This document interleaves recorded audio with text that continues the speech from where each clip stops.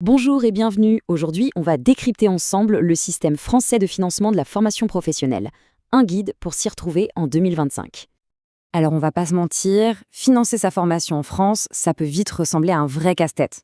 On entend parler de CPF, d'AIF, de PAOI, c'est tout un tas de sigles et c'est tout à fait normal de se sentir un peu perdu au départ. Mais en fait, derrière cette complexité apparente, il y a une mine d'or d'opportunités pour faire décoller sa carrière. Il faut juste avoir la bonne carte pour s'orienter.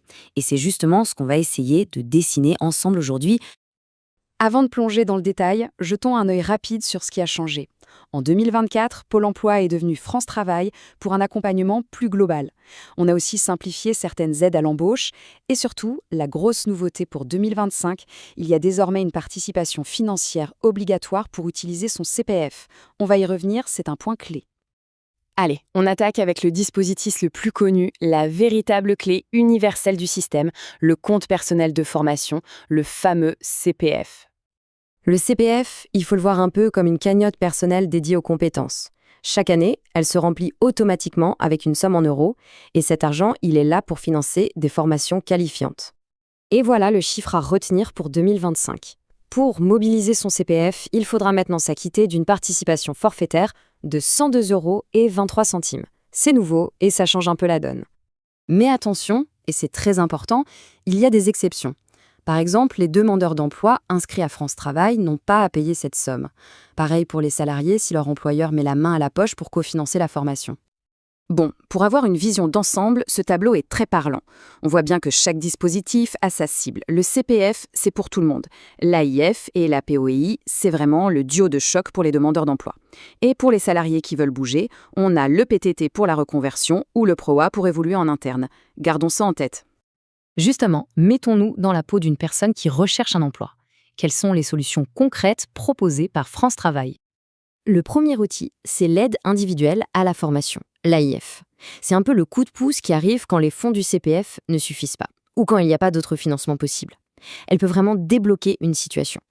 Pour que ce soit plus clair, prenons l'exemple de Sophie. Elle voulait se reconvertir en gestionnaire de paye. Sa formation coûtait 3 000 euros.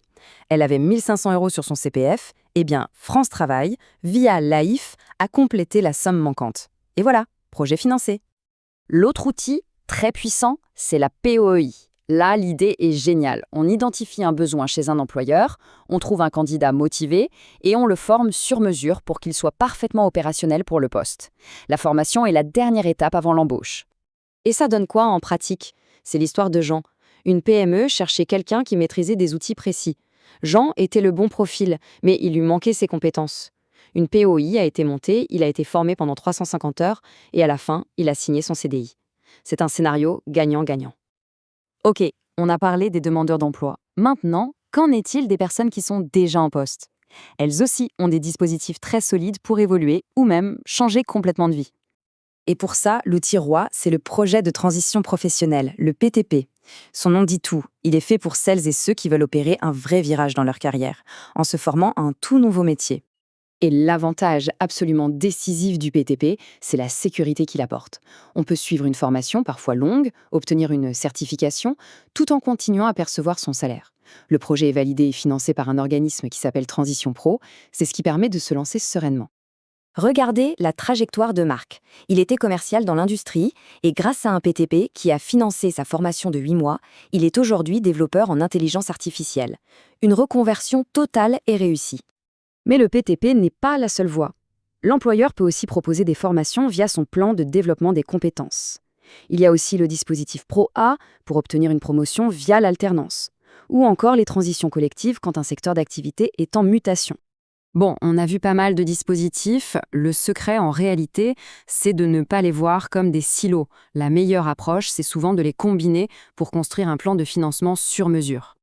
Parce que pour monter ce plan, il y a plusieurs interlocuteurs. Il y a France Travail, bien sûr, mais aussi les OPCO, qui sont les financeurs par branche professionnelle, et parfois même les régions qui peuvent abonder. Il faut savoir qui aller voir. Mais au bout du compte, que l'on s'adresse à l'un ou à l'autre, la clé du succès reste la même. Il faut avoir un projet professionnel qui soit clair, cohérent et monter un dossier en béton pour le défendre. C'est ça qui fait toute la différence. Finalement, tout ça nous ramène à une question essentielle. Au-delà des financements, l'enjeu, c'est de prendre en main son parcours.